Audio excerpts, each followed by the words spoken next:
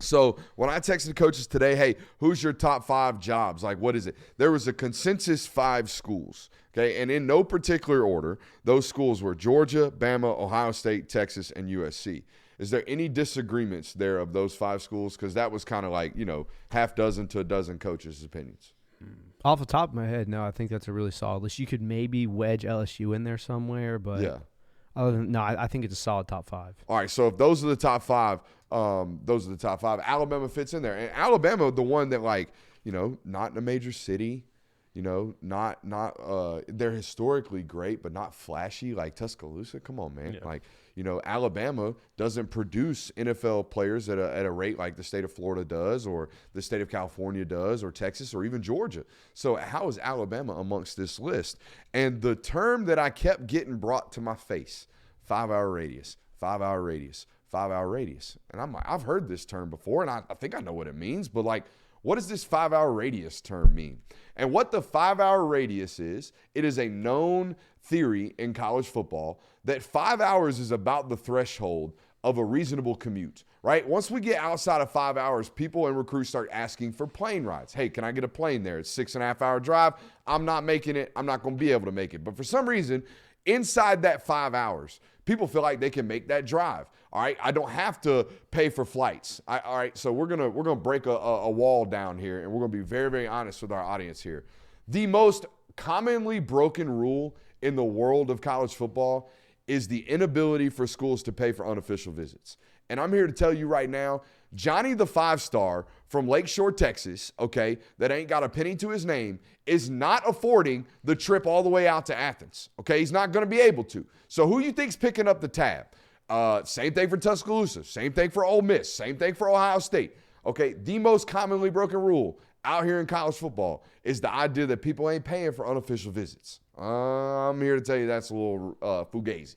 Okay, they don't all break it out the ass, but everybody's breaking it a little bit. And you know what helps you not have to break that rule all that much? The 5-hour radius. So what does the 5-hour radius look like at a school like Alabama? You can argue they've got the best 5-hour radius in the sport.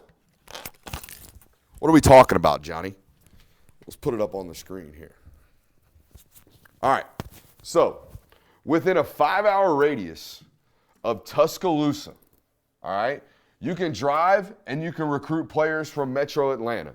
You can cover all of Memphis and basically all of Tennessee all the way up to Knoxville, which, let's be honest, not a plethora of 5-stars up there, all right? Hey, but guess what? We get our stretch all the way out to New Orleans. We get all of East Louisiana, and guess what? We can recruit all of the state of Mississippi, all the state of Mississippi. Oh, and guess what? We can also dip down into the Panhandle, okay? So in this region of the country, I would argue, if you were to look it up per capita per year, I would argue that this 5-hour radius produces more Division I Power 5 football players than any other region in the country.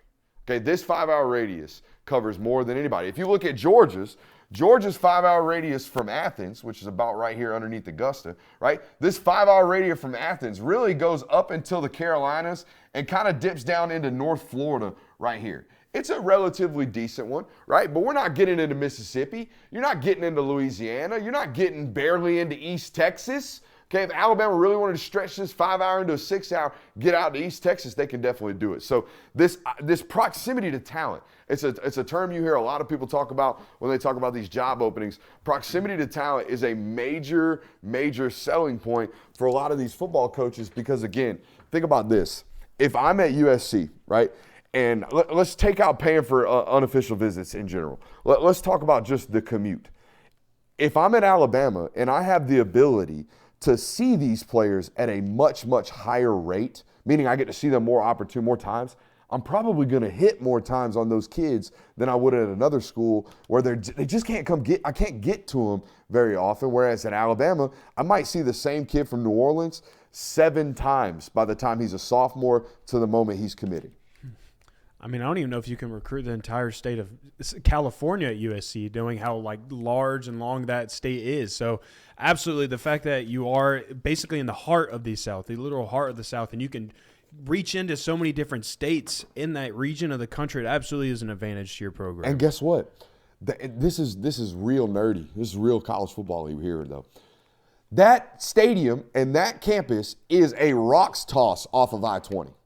It is right there in one of the biggest, most traveled highways in the country, all right? Your ability to get to Texas and your ability to get to Atlanta is one straight shot. That's it, okay? It's not even like Athens. In Athens, to get to Alabama, I got to drive down to Atlanta and then west. At Alabama, baby, it's just east and west, and that's it. So this proximity rule, they're always going to be around great talent.